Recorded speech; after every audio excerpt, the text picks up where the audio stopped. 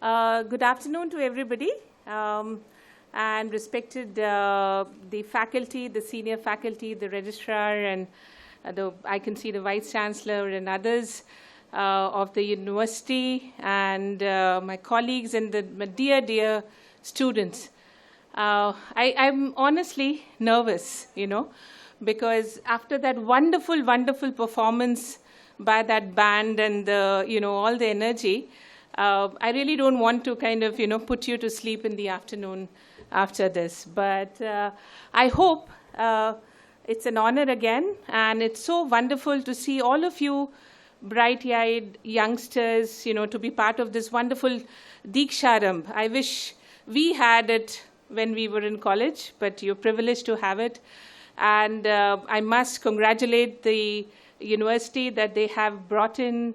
I was able to know that there are many other speakers who are going to address you, and they've given me this chance to talk to you. So I think it's an honor, and thank you once again. As pointed out, I work currently in Kaziranga.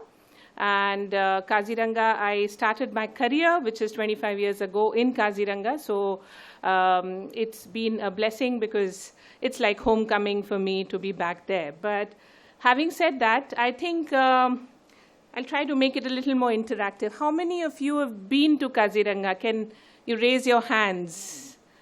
Super. I think many students. And if some of them can, the young ladies in the front, I can see you. What is it that you remember of Kaziranga? Anybody? You could just stand and tell the audience here. Anybody? Those who have been. I can see some girls smiling there in the fourth row. Yeah. Yeah. Yeah. Right. Ah, okay.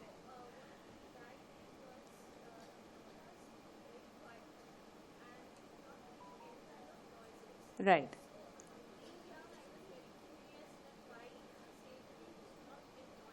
Yeah.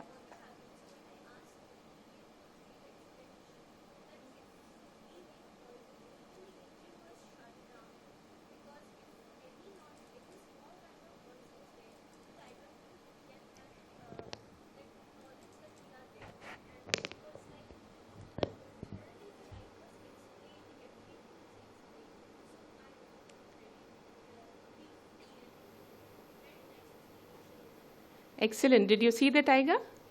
Brilliant. What's your name? Let's give a big hand to Kankana. Thank you so much. I think what Kankana was able to explain probably for the people at the back, she was saying that they went on a jeep safari in Kaziranga, and they were about to see a tiger, but then the guide told them that be very quiet, be very patient and silent, because if you don't, then the tiger is going to pass away. And like a very responsible visitor, like a very responsible citizen, she did that, and she was silent and others, and that's how she saw the tiger, which is very responsible, I would say, and very appreciated. Because what happens is, when I see young people like you, and I've been in Kaziranga now last 2 years, sometimes they're in the forest and they're making a video and showing around, okay, this is where we are. And then, they missed the tiger because the tiger is right behind and it's gone by. So it's very important that what we do inside a forest and what we do. So that was good. Thank you. Anybody else who would want to share their experience of Kaziranga? Yeah, there's a lady there. Hello. Yes. Yeah. Hello, ma'am. I'm from Kaziranga itself. Okay. So, I have visited so many times about Kaziranga, jeep safaris, elephant safaris, bird watching. So it is a very beautiful sight, I must say. And because that's my hometown, so I would like to say people that you should visit. You can see many animals, very beautiful birds, which were not visible in other places but in Kaziranga. So I would like to say, when I was in elephant safari, so because some places are there where jeep safari cannot reach, so elephants are used. So if you are in elephant safari, you can watch animals from a very close place. So if you are near any animal, the guide itself will tell you that there is an animal. You should be quiet. You should be and use your binoculars. Look at them. Click pictures. Do not make sound. So that's a very big. I'm nervous. So Okay. so that's it. Thank you. Wonderful. Let's give her a big hand, Very nice experiences again of the elephant safari, which is, it's interesting. And, very appreciated that all of you, have known about Kaziranga. You've been there, and she's lucky to be born so close to a wonderful park. But Kaziranga is not just rhinos, not just tigers, not just, elephants. It's a lot more. So I would be talking about that. But before that, can I request the team to play the video first? Because it's a beautiful video. It's just 2 minutes, but it will give you the essence of what Kaziranga is. And the song, the lyrics has been done by a young girl like you all. She's Mridu Smita, who is from Kaziranga, and she lives there. And she did this song. So, we would request to play it, please.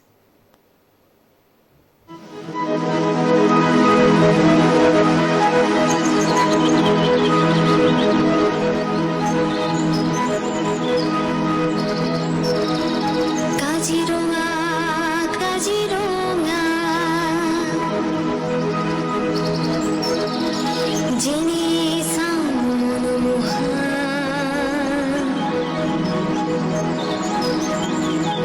nana jibo jonture bhora, ei Kaziranga.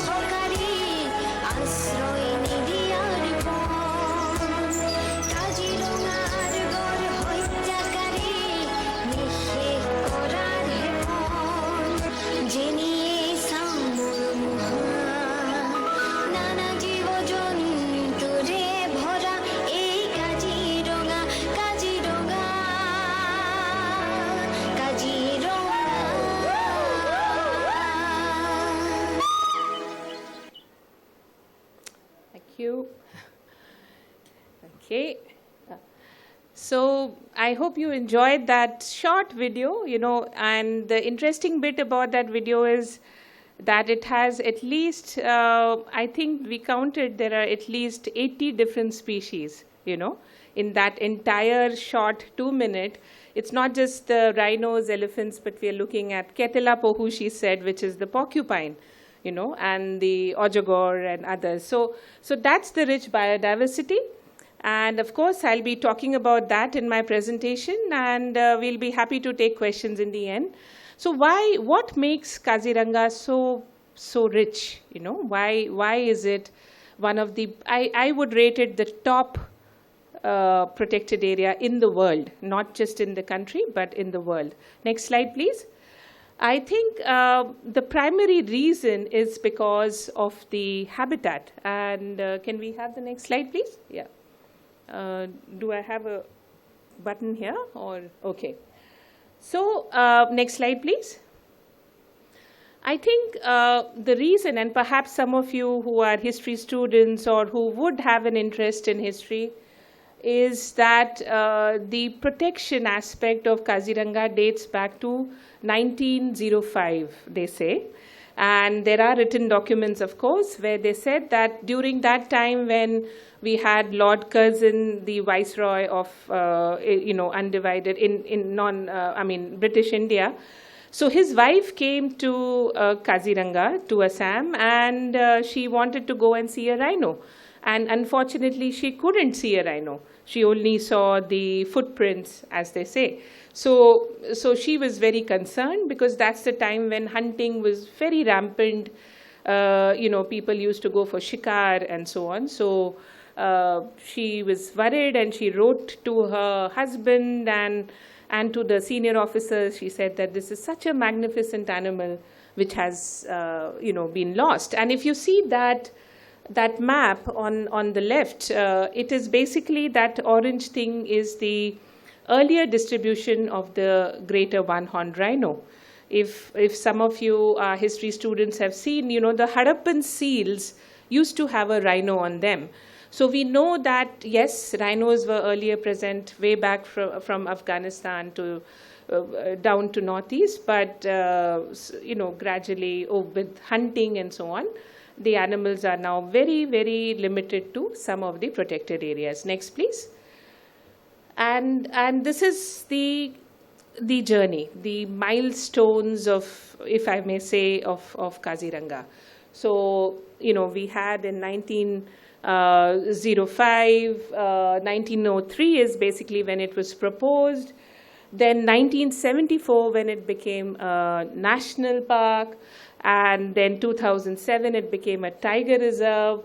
Then 2024, when we had Honorable Prime Minister who came to Kaziranga. And then 2025 now, where we are now the third highest number of tigers in the world, in Kaziranga. And of course, the third most visited park in the country. So it has had a long journey of over 117 years, 120 years, which has made Kaziranga what it is. Next, please. And why it is like this? Because of its beautiful, beautiful habitat. Next, please. So, it is, it has a combination of grasslands, of wetlands, and floodplain ecosystem. Next, please. So this is how it is. It has wetlands, it has forest areas, it has this meandering rivers, and of course the mighty Brahmaputra on the north, which makes Kaziranga what it is. So when you have such a high productive landscape, where you have, like for science students, you might know that the productivity of the habitat increases the moment you have more, grasses and you have more biomass in it. And this is exactly what Kaziranga is, because it is highly productive. So one estimate is that we have around 50,000 deer, hog deer, in Kaziranga. That's just a rough estimate, but this is how it has been done. And it has some amazing processes. So the Brahmaputra, which is on the north, it kind of erodes somewhere, deposits somewhere, it creates new sapuris, it creates, different. So that's how the floodplain ecosystem is. Next, please. And so now coming to the big five, we call ourselves the Masai Mara of the East. Like Masai Mara is from Africa, people go there. If you remember your National Geographic movies of giraffes and lions and elephants. So similarly in Kaziranga, we have the big five. And if we see them, we have counted them, all of them. We have now the world's largest population of the greater one-horned rhino. So 70% of the world's population, imagine. At the beginning of the century in 1905, they say they were roughly around 25. I mean, that's just a guess because nobody really counted them. But they were just 25. Then in 1960s, there was one census which was done. There was around 300. And now we have 3,000 plus of this greater one-horned rhino. So the rhino is the main species, the main flagship for Kaziranga. Not far behind is, of course, the tigers, the Bengal tigers. And like I said, we recently released our tiger report on Global Tiger Day, which was 29th of July. And we have 148 tigers, which is huge, for a park. It's pretty big. We also have elephants, we have buffaloes, and of course the swamp deer, the eastern swamp deer, or the Barasinga. Next, please. And how do we count our tigers? Does anybody know that? Can anybody tell me how do we count tigers in our country? Take a guess, and you feel free to just stand and come here if you want to.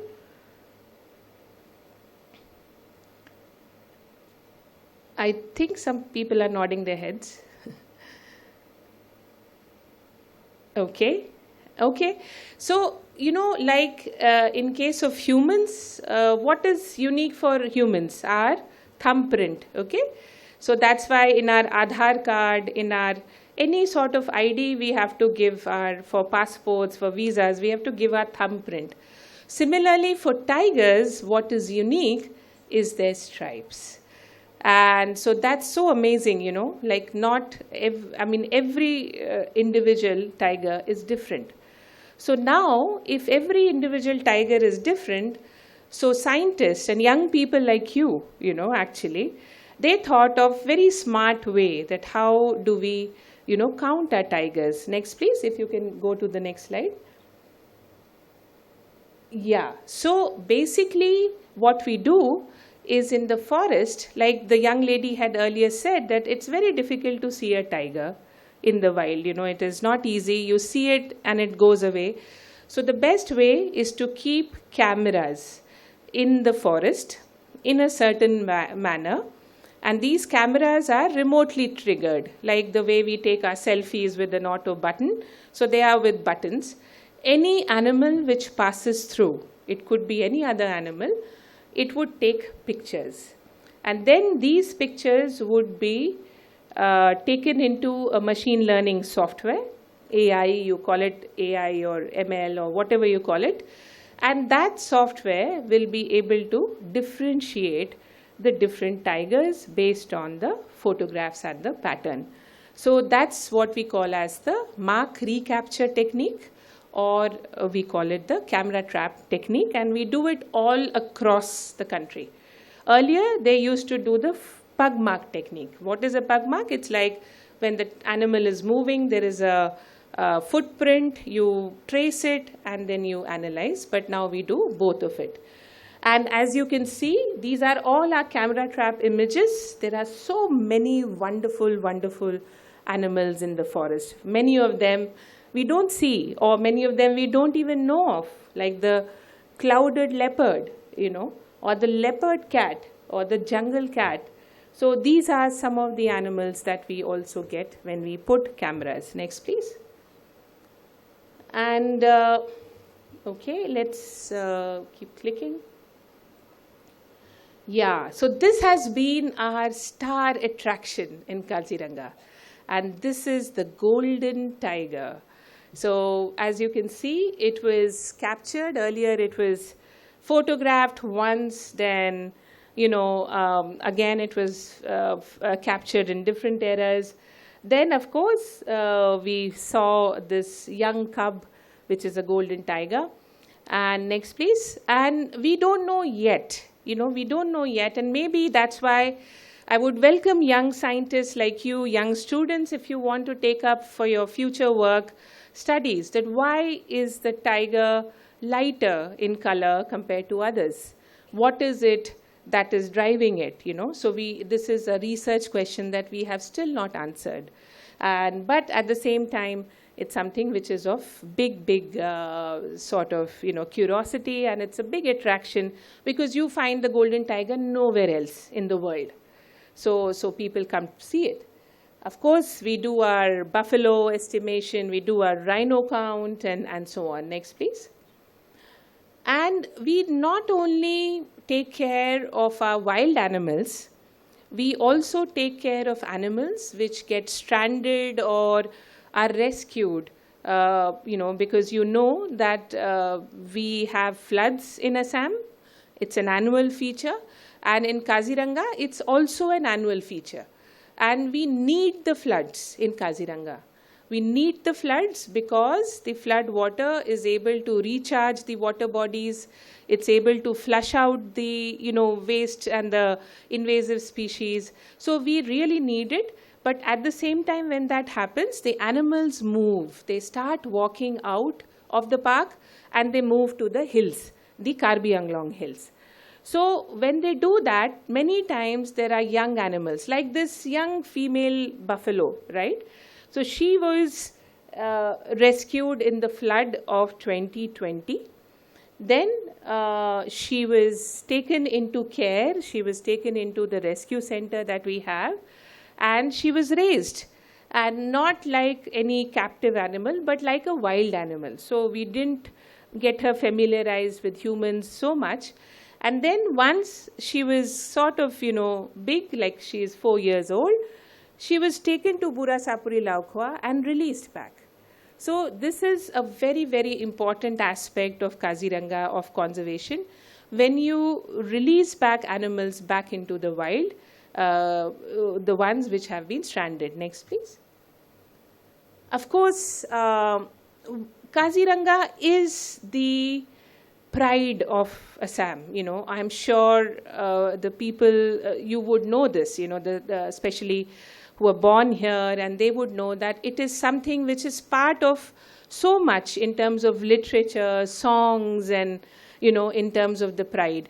And why? Because of the horn, the rhino horn, which is sort of, it was traded earlier because it was thought to have a lot of magical properties, but we know that it's all a myth. And then in 2022, it was very historic that the Honorable Chief Minister here, he took a pile of 2,700 odd rhino horns, and they were all burnt in public, giving this very strong message that we don't tolerate any sort of poaching of rhinos. So that was a very strong decision or a message to the world that we don't believe in any magical or supernatural powers of any wild animal or product. Next, please. And this is what has happened over the years. If you see the number of poaching cases, at some point of time they were like 20, 25 in a year, and now it has almost come down to zero. We don't have the 25 figure, but touch wood, and we don't have a single case of rhino poaching this year. So hopefully it would be, and so that's where the state and the forest department, everybody has worked very hard, including, I would give credit to the communities, that we have brought down the poaching figure to almost zero. Next, please.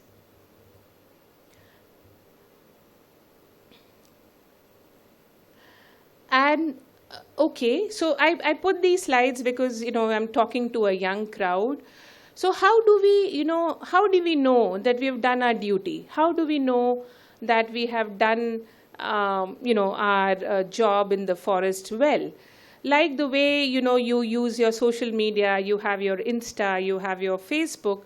Similarly, we have what are called as mobile patrolling apps.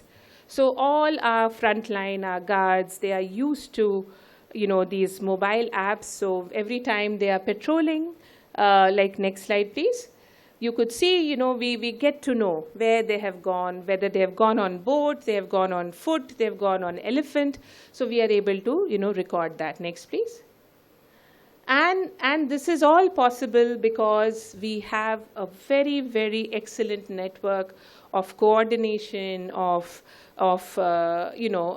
support from different stakeholders. We even have what we call as sniffer dogs, the canine dogs. I'm not sure if you've heard of them, but they are these trained dogs which can sniff out a rhino horn, they can sniff out a poacher.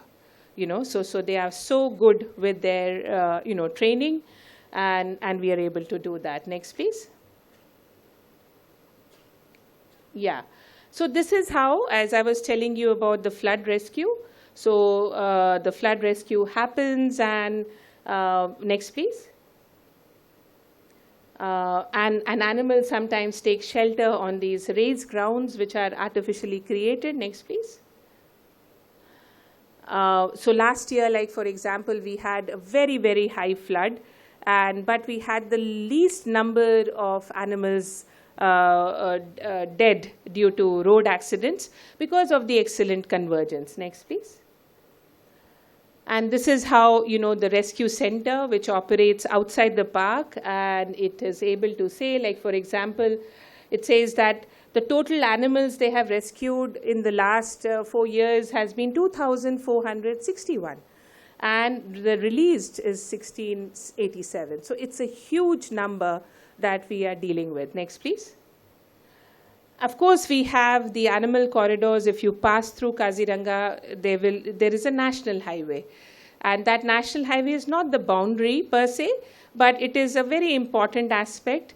And it kind of splits the park and the hills. So we have these what we call as animal corridors.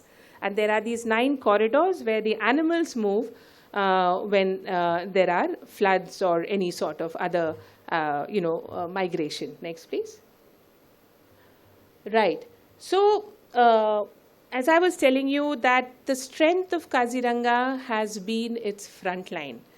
Nowhere else in the world would you have the amount of dedication that each of these frontline are putting into the work. And they live in tough, tough conditions. Imagine that we are all here in Guwahati. It's so humid and we find it so uneasy. Imagine they are all living in a very, very remote camp. There is no electricity. It's just solar based. There is no fan, and they just do their duties. They are like, just there, and they are, 24/7, 12 months in a year, year after year, they are just sitting and doing their duties, which is to patrol. We also have habitat, invasion. This is for your science students, that when we talk about weeds, when we talk about invasive species, so this is how we handle them. Next, please.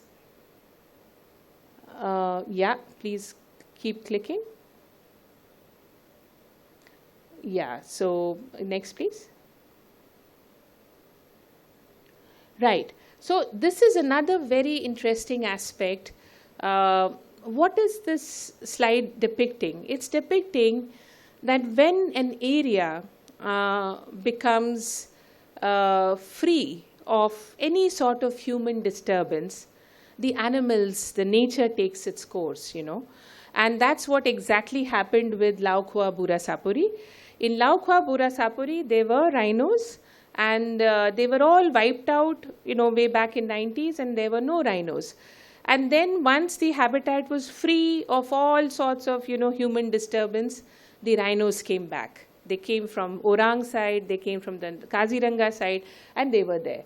So this is how, habitat or nature takes its rightful place when we do not disturb or when we keep the habitat, safe. Next, please. Yeah. So, like for example, water hyacinth. We all of you, in some point of the time, you would have seen your water hyacinth and thinking, "Oh God, this is such an invasive species. What do we do with it?" Next, please. But these are some of the small initiatives that we are doing with the communities. We are upcycling them, as you call it, or we are making products out of water hyacinth. Next, please. And of course, we did have tourism is one of the main aspects of Kaziranga. We are now the third most visited park after Ranthambore and Periyar in the country.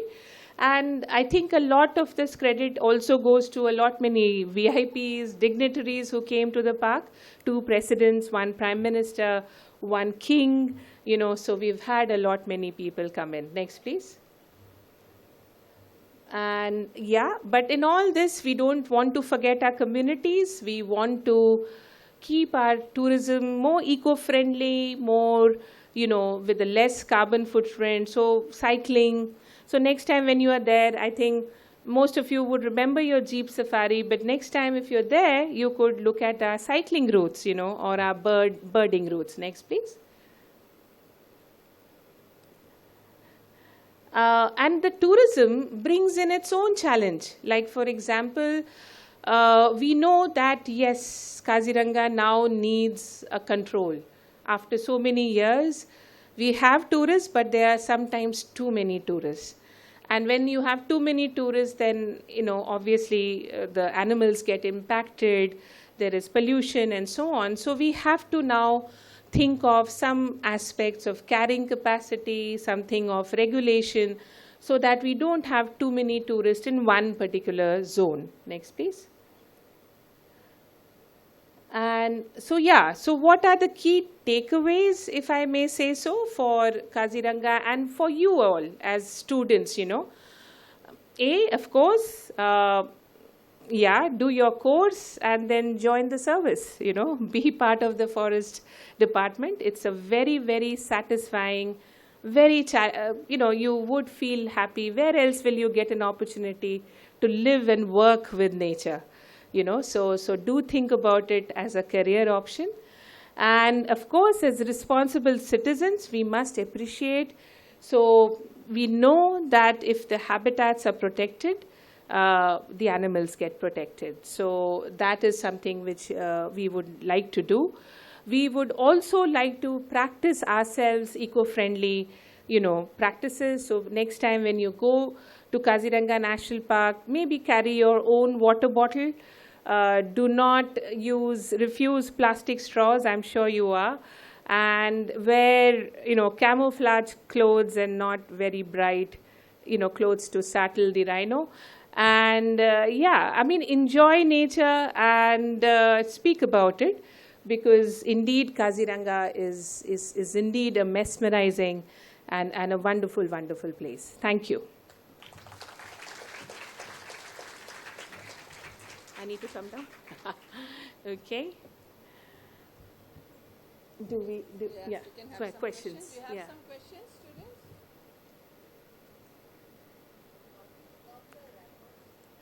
Okay. Ma'am has asked a very nice question. How do we count our rhinos?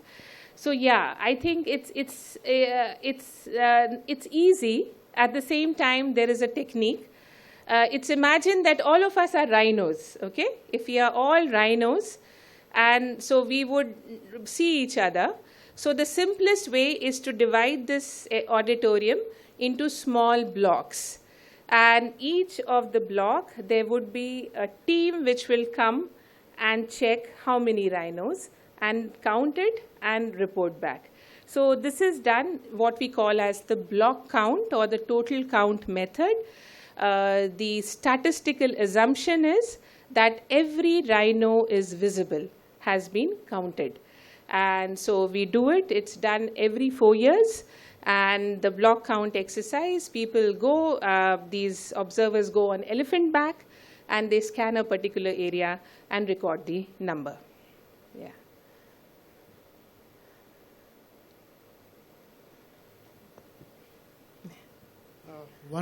Wonderful presentation, and I think we all have enjoyed the whole presentation as if we are going in a Kaziranga tour. I just wanted to ask, or maybe you can throw some light on the animal-human conflict, how these things are dealt with. Yeah. Thank you so much, sir. I think human-animal conflict in the coming years or now itself is a big issue. And honestly, there isn't a very one-size-fit-all, I think. Like the conflict in Guwahati might be monkeys. I don't know, maybe monkeys. The girls are nodding. Do you have it in your hostel? You do have. So, yeah. But in Kaziranga, for example, the conflict is not rhinos, not elephants. Very interesting. The conflict there is buffaloes. So every place has its own different conflict aspects. Sometimes the animals are deliberately going and creating a conflict, which happens in case of elephants. We know this. The science tells us that elephants will go and crop raid. They will go and eat the paddy. It's like a Pizza Hut, going to the Pizza Hut, having a snack and coming back. So the elephants love it, So they want to do that. We do it. So we cannot really try to, control that, but we can mitigate. We can minimize it. So for elephant conflict, what we do, which is the simplest, is the solar fence. So solar fence are basically, wires which are put along the boundaries, and it gives a very pulsating current. It is not something which is lethal. It doesn't kill, but it gives a jhatka, as they're called. So in Assam, it's called a jhatka dar. So it gives that, and the elephants, they get that shock, so they go back. But the elephants are clever. So they learn that, this is only a current. So what they do, they throw the post and they walk out. Okay, so we have to be cleverer than them. So now, of course, the fence is something which is being used. If the elephants become clever and they understand how to break it, then we'll have to become smarter, and we'll have to put some other design of the fence. Similarly, when it comes to buffaloes, when the buffaloes go out, we really, honestly, we don't have any sort of a strategy except for chasing it back. So we say, okay, go back, and we come in elephants and try to drive it back. In worst case, if it is something where it causes injury or it causes, death of humans, then there is no option but to, chemically immobilize, means, dart it, tranquilize it, make it unconscious, and remove it and keep it somewhere else. So that is what we do for tigers, for example. But I think a lot also depends on the communities. So like in case of Kaziranga, the local communities are extremely tolerant, Like where else will you have, my first experience of Kaziranga is nobody calls elephant an elephant. You know what they call elephants? Ganesh Baba, They say, Ja Baba Ja, So where else would you have that? Where there is this respect that, okay, it's not elephant, it's, Ganesh Baba, please go. So it's a lot about the tolerance of communities, and ultimately it would be the living with animals, living close to them, which will help. So for example, in many villages, people have now shifted from paddy to mustard, because they know that the paddy will get, they will be crop raiding and so on. So they have said, okay, we won't grow paddy, we'll grow mustard. So those sort of changes have also helped. Thank you. Yeah. Yes? Ma'am, I have a question that every year we hear about the news about the Kaziranga floods. So we all know in the forest there are herbivores and carnivores, both kind of animals. So how does the authority take measures for the animal security during those flood situations? Yeah, very interesting question. Okay, herbivores and carnivores. But, it's so amazing. You remember the slide where I showed highlands, okay? So these are artificial. Imagine this is a highland, okay? And there is evidence where in those highlands you have a tiger and a deer staying together. Okay, and they are not eating, the tiger is not eating the deer, because they are such, nature is such. It wouldn't kill, it wouldn't harm unless it's just for food. Okay, so the tigers is also stressed out, the deer is also stressed out, they are all sitting on the same platform. So as such, there is no conflict between the animals. There are 4 mega herbivores, the tiger, the elephant, rhino, buffalo, and the deer, but they never fight. I think being vegetarian is good. Maybe. No, I don't think so. So they don't fight with each other. It's just, yes, I mean, when tigers move out and when there is flood and they are, there have been cases when a tiger has gone and he was so tired, he sat on the bed of that, person. Imagine that person, he would have of course he ran away, but the tiger was so tired after swimming for so long, it just sat on the bed. And then people came and rescued it, and it happily went away. But it can be a little dangerous, but that's the price to pay when you are close to such a high biodiversity park. Yeah. Thank you so much, ma'am. And one more question I have, that is the authority or government taking any steps regarding the floods in Kaziranga? Yeah, I mean, as I said, for me, flood is good. Okay, so this is something which I would like all of you to remember. Flood is good. We don't want not to have floods. So, for example, I was telling Sheila Bora ma'am that, for me today the worry is that if we don't get enough rains in Kaziranga, what will happen? What will happen to my beels, my water bodies? Will they have the enough recharge? So to me, the flood is very important. But as such, we don't have any sort of control over it, because the Brahmaputra is such a long river. We don't know what is happening in terms of climate change. So that's another aspect of research, whether the climate change, some people were saying to this time it was El Nino, that there is less rainfall. So those aspects are there. But yeah, for erosion, we can take measures. We can, build dams and so on. Yeah. Thanks. One last question from the audience. If there's